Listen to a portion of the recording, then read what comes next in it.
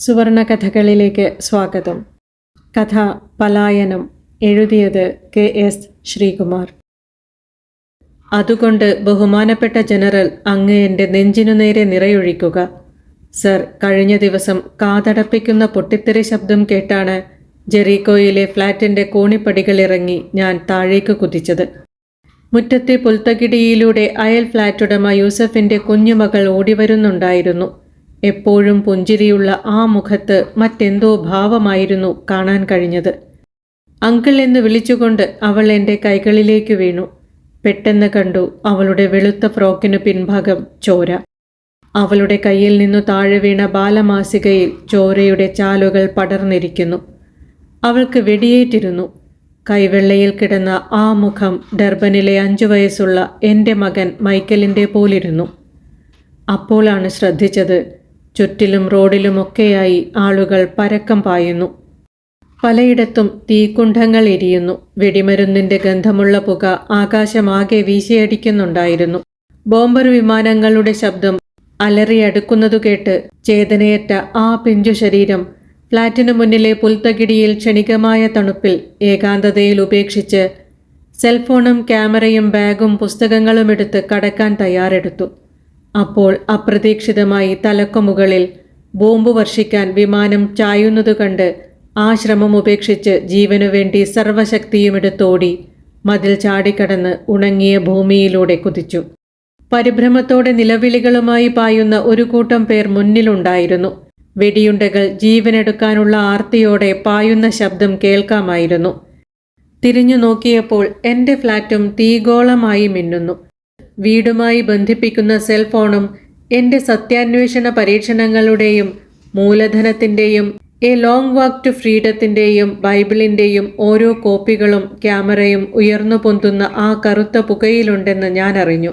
Carpet ബോംബിങ്ങിൻ്റെ ഭീകരതയെക്കുറിച്ച് the citizen പത്രത്തിന് ഒരു ദൃക്സാക്ഷി വിവരണം കൊടുക്കാൻ കഴിയുമെന്ന സന്തോഷത്തെക്കാളും ജീവനു വേണ്ടിയുള്ള അത്യധികമായ കൊതിയോടെ ഞാൻ ഓടി. മുൻപേ ഓടിയവരെ കാണാനുണ്ടായിരുന്നില്ല എന്നു തിരിച്ചറിയുമ്പോഴേക്ക് എന്തിലോ തട്ടി മറിഞ്ഞു വീണു. ഒരു ശവശരീരം. പർദ്ദയുടെ ബുർഹ നീക്കി നോക്കി. ഒരു വൃദ്ധ, അമ്മയുടെ പോലുള്ള മുഖം. ഞെട്ടി പുറകോട്ട് മാറി. ദ സിറ്റിസൺ പത്രത്തിൻ്റെ റിപ്പോർട്ടറായി മിഡിൽ ഈസ്റ്റിലേക്ക് പോകുന്നുവെന്നറിഞ്ഞപ്പോൾ നിഷ്ഫലമെന്നറിഞ്ഞിട്ടും ട്രാൻസ്കീയിലുള്ള അമ്മ എന്നെ തടഞ്ഞിരുന്നു. ദൈവത്തിൻ്റെ നാട്ടിൽ 2000 വർഷങ്ങൾക്കു മുൻപ് യേശുക്രിസ്തുവും മുഹമ്മദ് നബിയും ശ്വസിച്ച വായു ശ്വസിക്കാൻ കിട്ടിയ അവസരം ദൈവദത്തമാണെന്നായിരുന്നു ഞാൻ അപ്പോൾ പറഞ്ഞത്. ഈ വായുവിന് ഇപ്പോൾ വെടിമരുന്നിൻ്റെയും രക്തത്തിൻ്റെയും മലീമസമായ രൂക്ഷഗന്ധമാണ്. സർ, ചിതറിക്കിടന്ന മുറിവുകളിൽ രക്തം കട്ടപിടിച്ചു തുടങ്ങിയ ചൂട് വിട്ടുമാറാത്ത ശവശരീരങ്ങൾക്കിടയിലൂടെ ഞാൻ പാഞ്ഞു. ശുഷ്കമായ മഴക്കാലത്ത് ഒരു തുള്ളി വെള്ളം കുടിച്ചിട്ടില്ലാത്ത മരങ്ങളും ചെടികളും ഉണങ്ങിക്കിടന്നു. വരണ്ട പൊടി പറന്ന് നരച്ചുപോയ പ്രദേശം ശ്മശാനത്തെ ഓർമ്മിപ്പിച്ചു. നാവ് വെള്ളത്തിനായി കേഴുകയായിരുന്നു. പണ്ട് സ്വാതന്ത്ര്യത്തിനു മുൻപ് കുട്ടിക്കാലത്ത് ട്രാൻസ്കീയിൽ ക്ഷാമം വന്നപ്പോൾ അലഞ്ഞുതിരിഞ്ഞ ഞങ്ങൾ അവസാനം കണ്ട ചതുപ്പ് നിലത്തിലെ വെള്ളമയമുള്ള മക്ഡൊണാൾഡ്സിൻ്റെ ഹാംബർഗറിനേക്കാളും രുചികരമായി തോന്നിയ ചെളി വായിലിട്ടു നുണഞ്ഞതോർത്തു. തൊലിയുടെ നിറം സഹോദരങ്ങളെ ശത്രുക്കളാക്കിയിരുന്നു അന്ന്. മതബോധം, പ്രത്യയശാസ്ത്രങ്ങൾ, വിഭജനത്തിൻ്റെ വേർതിരിവ് തുടങ്ങിയവ സഹോദരങ്ങളെ ശത്രുക്കളാക്കുന്നതുപോലെ. വേച്ചു മുന്നോട്ടു വീണു. കാലിൻ്റെ പിൻഭാഗത്തെ രക്തത്തിൻ്റെ തണുപ്പ് ഞാൻ തിരിച്ചറിഞ്ഞു. വിജനമായ ആകാശമാകെ നിറഞ്ഞു മൂടുന്ന പുകക്കപ്പുറം കനത്ത ശബ്ദങ്ങൾ. കണ്ണുകൾ ഇറുക്കിയടച്ച് സർവശക്തിയുമെടുത്ത് ജീവനു വേണ്ടിയുള്ള സഹജബോധത്തോടെ ഓടി. എങ്ങനെ എത്തിപ്പെട്ടു എന്നറിയില്ല. ഞാൻ നഴ്സറി സ്കൂളിൻ്റെ മുറ്റത്തായിരുന്നു. കുഞ്ഞുമോളെ കാണാനായി പലവട്ടം വന്നിട്ടുള്ള സുപരിചിതമായ സ്ഥലം. വരാന്തയിൽ കളിപ്പാട്ടങ്ങൾ ഉടഞ്ഞു കിടന്നിരുന്നു. അവയിൽ രക്തത്തുള്ളികൾ ആയാസപ്പെട്ട് എനിക്ക് കാണാൻ സാധിച്ചു. ഓർത്തുപോയി, ഓരോ ശിശുഹത്യകൾക്കു ശേഷവും ഓരോ രക്ഷകന്റെ ആഗമനമുണ്ടായിട്ടുണ്ട്. ഇന്ത്യക്കാരുടെ പുരാണത്തിൽ കൃഷ്ണനും ബൈബിളിൽ ക്രിസ്തുവും. എവിടെയാണ് ആ രക്ഷകൻ?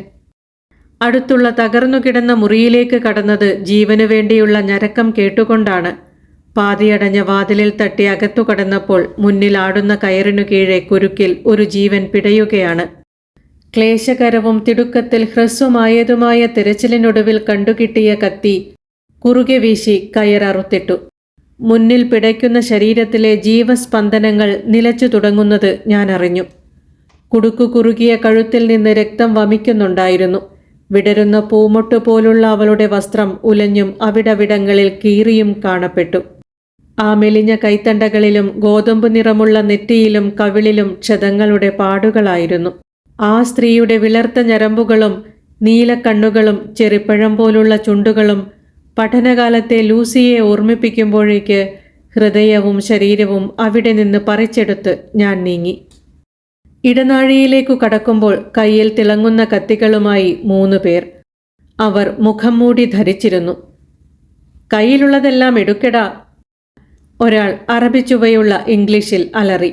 പോക്കറ്റും അരയും കഴുത്തും പരിശോധിച്ചു നിരാശപ്പെട്ട് ഒരുവൻ എൻ്റെ നെഞ്ചിലേക്ക് കത്തിവീശി. അവനെ മറ്റുള്ളവരുടെ മേലേക്ക് തള്ളിയിട്ട് കാലുകൾ വല്ലാതെ തളരും വരെ, ശ്വാസം കഴിക്കാൻ വിഷമിക്കും വരെ ഞാൻ ഓടി.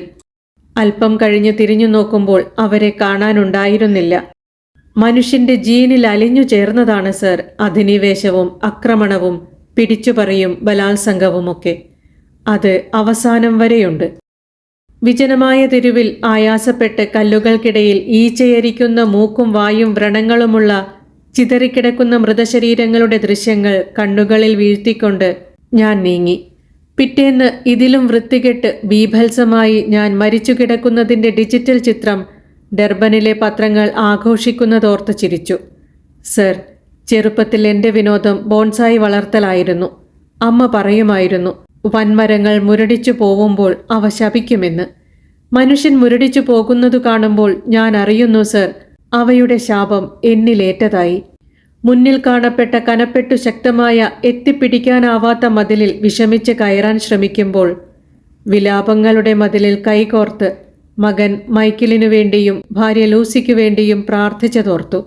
രഹസ്യങ്ങളുടെ പൂഴ്ത്തിവെപ്പിനു വേണ്ടി തരംതിരിവുണ്ടാക്കുന്ന പ്രകാശരോധിയായ മതിൽ. ചാടിക്കടന്ന മതിൽ ജീർണിച്ച ഒരു സെമിത്തേരിയുടേതായിരുന്നു.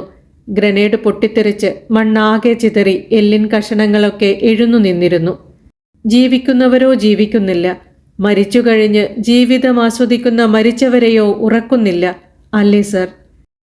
കുട്ടിയായിരിക്കുമ്പോൾ ട്രാൻസ്കിയിലെ സ്വച്ഛന്തമായ തടാകത്തിൽ ചൂണ്ടയിട്ട് മീൻ പിടിക്കാറുണ്ടായിരുന്നു. ഇരയുടെ പ്രലോഭനം മറച്ചുവെച്ച ചൂണ്ടക്കൊളുത്തിൻ്റെ അപകടമറിയാതെ ചൂണ്ട ചങ്കിൽ കുരുങ്ങിപ്പിടിക്കുന്ന കബളിപ്പിക്കപ്പെട്ട മത്സ്യങ്ങൾ എന്നെ എപ്പോഴും ഉത്തേജിപ്പിച്ചിരുന്നു. വളർന്നപ്പോൾ വേദന തോന്നിയിരുന്നെങ്കിലും അവറ്റകളുടെ രുചി എന്ന ആകർഷണം ചൂണ്ടയിടാൻ എന്നെ വീണ്ടും വീണ്ടും പ്രേരിപ്പിച്ചു. പ്രലോഭനങ്ങളിൽ മയങ്ങുന്ന മനുഷ്യൻ ചെയ്യേണ്ടതു ചെയ്യാൻ കഴിവില്ലാതെ നിസ്സഹായനായി പോകുന്നു, അല്ലേ സർ?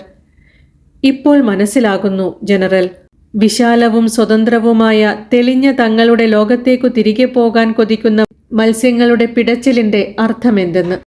കെട്ടിയുയർത്തിയ കൊട്ടാരം സൃഷ്ടാവു തന്നെ തകർത്തു കളയുന്നതിലെ ഫലിതം തലേന്ന് ദ സിറ്റിസണിന്റെ ഡയറക്ടറുമായി കണ്ടുമുട്ടിയ 45 നിലകളുള്ള മേഴ്സി ടവറിന്റെ തകർച്ച കൂമ്പാരങ്ങളിൽ കണ്ണോടിക്കുമ്പോൾ തോന്നും മുൻപ് ജീവൻ നിലനിർത്താനുള്ള അതിയായ ആഗ്രഹത്തിന് ഒരിക്കൽ കൂടി ഞാൻ അടിപ്പെട്ടു. മരണം തളം കെട്ടി നിന്ന ആ പ്രദേശത്തു നിന്നും സിറ്റിയിലെത്താൻ എനിക്ക് പിന്നെയും കാതങ്ങൾ താണ്ടാനുണ്ടായിരുന്നു. വെള്ളവും ഭക്ഷണവുമില്ലാതെ, ആയുധമില്ലാതെ മനുഷ്യർ എത്ര നിസ്സാരരും നിസ്സഹായരുമായി പോകുന്നു സർ. ഇരുളു പരക്കും മുൻപ് ഏതെങ്കിലും രക്ഷാസേനാ ഹെലികോപ്റ്ററുകൾ എൻ്റെ വലുതും കറുത്തതുമായ നീഗ്രോയിഡ് ശരീരം കണ്ടെത്തണമെന്ന പ്രാർത്ഥനയ്ക്കു പകരം ഒന്നുകിൽ ആ സ്ത്രീയെ അനുകരിക്കണമെന്നായിരുന്നു, അല്ലെങ്കിൽ ആ മനുഷ്യരുടെ കഠാരയ്ക്ക് കീഴടങ്ങണമായിരുന്നു എന്ന ചിന്തയാണ് അലട്ടിയത്. ഒറ്റപ്പെടൽ എത്ര തീക്ഷ്ണമെന്നും അതോടെ മനുഷ്യന്റെ അസ്തിത്വം എന്നേക്കുമായി അവസാനിക്കുകയാണെന്നുള്ള വാദം എത്ര വാസ്തവമെന്ന് തിരിച്ചറിഞ്ഞ നിമിഷം എൻ്റെ ബോധം മറയുകയായിരുന്നു. താങ്കളുടെ മുന്നിൽ വ്യർത്ഥമായ ഈ ദേഹമിരിക്കുന്നത് എങ്ങനെയെന്നും ആ മണിക്കൂറുകൾ എങ്ങനെ കടന്നുപോയെന്നും എനിക്കു തിട്ടമില്ല. അതുകൊണ്ട് ജനറൽ, എൻ്റെ പ്രജ്ഞ വിഭ്രാന്തിയിലേക്ക് മടങ്ങും മുൻപ് ഒരു നിമിഷാർത്ഥത്തെയെങ്കിലും ശാന്തി പകർന്ന് അങ്ങ് കാഞ്ചി വലിക്കുക. ഞാൻ കണ്ണുകൾ അടയ്ക്കട്ടെ. മറ്റൊരു കഥയുമായി വീണ്ടും കാണാം പ്രതീക്ഷയോടെ. നന്ദി.